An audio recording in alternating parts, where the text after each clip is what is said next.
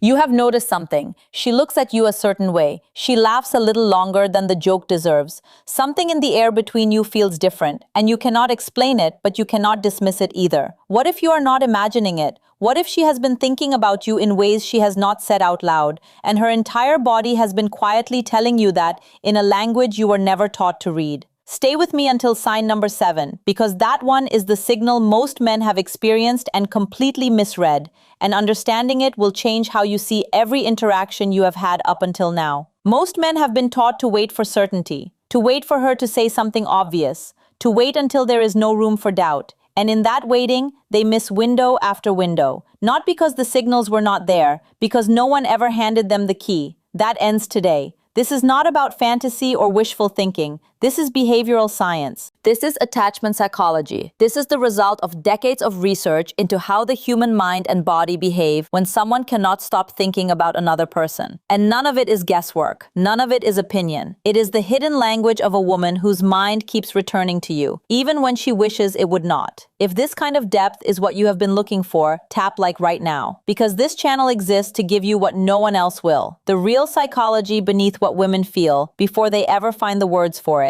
Researchers in cognitive psychology and interpersonal neuroscience have documented something fascinating about the experience of preoccupation with another person. When someone occupies a significant portion of your mental real estate, when your mind returns to them involuntarily, the way a tongue returns to a sore tooth, the body begins to behave in measurable, consistent, and largely unconscious ways. Dr. Helen Fisher's neuroimaging studies at Rutgers University found that the brain of a person experiencing strong attraction shows activity patterns remarkably similar to those of someone in the early stages of an obsessive thought loop. The prefrontal cortex, responsible for rational decision-making, becomes partially overridden by the reward and motivation centers. In plain language, when she cannot stop thinking about you, she is not fully in control of the signals she is sending. Her body is broadcasting what her mind is trying to keep private. The cost of missing these signals is not small. It is the difference between a connection that never gets to breathe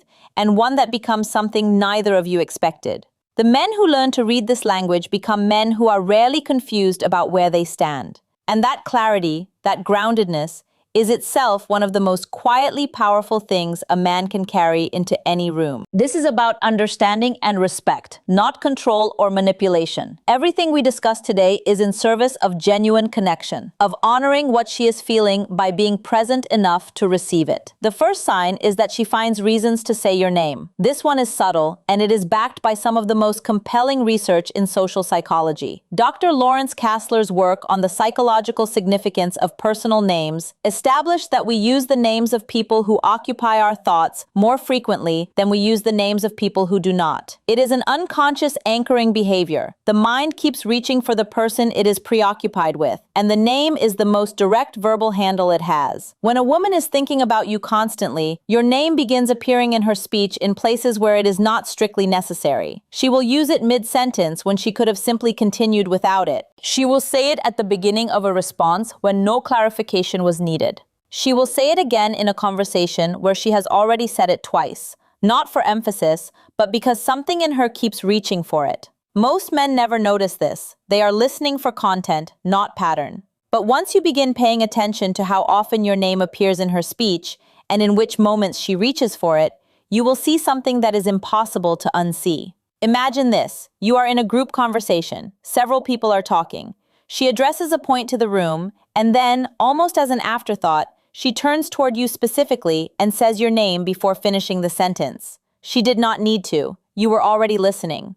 But something in her needed to make the connection between the words and you, needed to reach for you by name, in a room full of people, because you are the one her mind keeps returning to. That is not courtesy. That is preoccupation expressing itself in the only polite way it knows how. The second sign is that she mirrors your stillness, not just your movement. Most people have heard of mirroring, the tendency to unconsciously copy the body language of someone we feel connected to. Researchers in social neuroscience have documented this extensively. But what most discussions of mirroring miss is the most telling version of it, which is not the mirroring of gestures or posture. It is the mirroring of stillness. When a woman is is deeply preoccupied with someone, she begins to regulate her own energy to match theirs. If you are calm, she becomes calmer in your presence, even if she is normally animated. If you are unhurried, she slows down. Not consciously, not as a strategy. Because the nervous system of someone who is strongly attracted to another person begins to synchronize with theirs, to tune itself to the same frequency. Dr. Uri Hassan at Princeton University has studied what he calls neural coupling, the phenomenon where two people in deep, genuine communication begin to show synchronized brain activity. His research found that the more aligned two people's neural responses are, the deeper and more meaningful they both report the interaction to be. And this synchronization, this mirroring of not just movement but of inner pace and stillness, is one of its earliest physical expressions. When you notice that she has grown quieter in your presence, not withdrawn but settled, when you notice that the energy around her softens when she is near you, that is not coincidence. That is her nervous system arriving somewhere it has been wanting to be.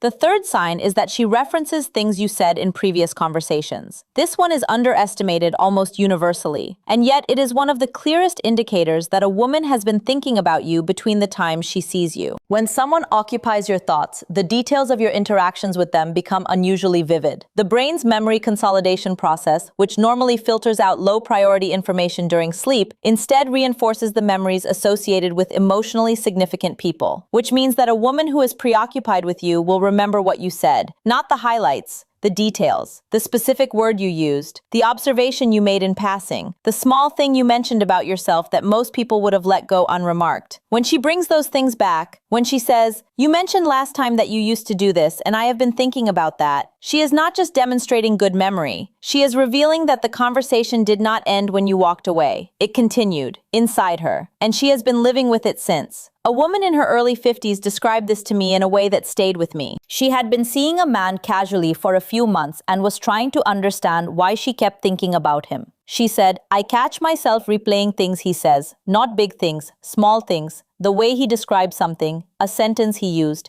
and I find myself thinking, I want to hear more of that." She did not realize she was describing one of the most well-documented features of preoccupation in attachment psychology. She was simply being honest about what was happening inside her. But that honest description is exactly what the research predicts. When she hands you back your own words, she is telling you where she has been spending her time. Now, this next sign is the one that will reframe every interaction you have had in the last several years. The fourth sign is that she creates small tests and then seems relieved when you pass them. Dr. Amir Levine, whose research on adult attachment styles produced some of the most widely read work in relationship psychology, found that when a person is deeply attracted to someone, their attachment system activates a kind of monitoring behavior, a series of small, often unconscious checks designed to answer the question, is this person safe to want? Is it safe to let this feeling continue? These tests are not aggressive. They are not even deliberate in most cases. They are things like mentioning a slightly vulnerable opinion to see if you respond with dismissal or genuine interest, arriving slightly late to see if you seem unbothered or rattled, saying something self-deprecating to see if you pile on or redirect with warmth. None of it is calculated. All of it is the nervous system of someone who cares, someone who has skin in the game, someone for whom the outcome of this interaction matters, running a quiet risk assessment. What gives it away is the relief. When you respond well, when you hold her opinion with respect,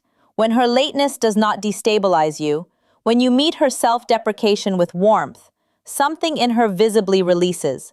Her shoulders lower, her laugh comes easier, she leans in slightly.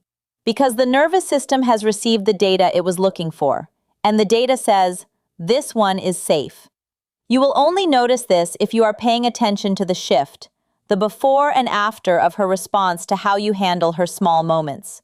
But once you see it, it is unmistakable. If you are finding this valuable, subscribe now, because the next video goes into the specific way women communicate readiness, and it has almost nothing to do with what they say. The fifth sign is that her attention follows you when she thinks you are not looking. This is the most instinctive of all the signs and one of the most primal. Research in attentional psychology has consistently found that we unconsciously orient our visual attention toward things that carry emotional significance for us. We do not decide to watch the things that matter to us. We simply find ourselves watching them. Our eyes move there the way a compass moves north, not by choice, but by design. When a woman is preoccupied with you, her visual attention will follow you across a room, track your movement in a group, find you in a crowd. And because she is not consciously directing this, she is frequently unaware that it is happening, which means she is also frequently caught. The quick glance away, the sudden interest in something just past your shoulder, the eyes that were not where she claims they were. This is not manipulation, and it is not surveillance. It is simply the body doing what the mind has already decided. She finds you interesting in a way that has moved past conscious evaluation and into something more automatic. And automatic attention is honest attention. It cannot be performed. The sixth sign is that she becomes more specific in her questions about your life. There is a meaningful difference between polite conversational questions and questions that come from genuine preoccupation. Polite questions are general. They ask about your work in broad strokes, your weekend in vague terms, your family in the way people ask about family when they need something to say. Questions that come from preoccupation are different. They are specific.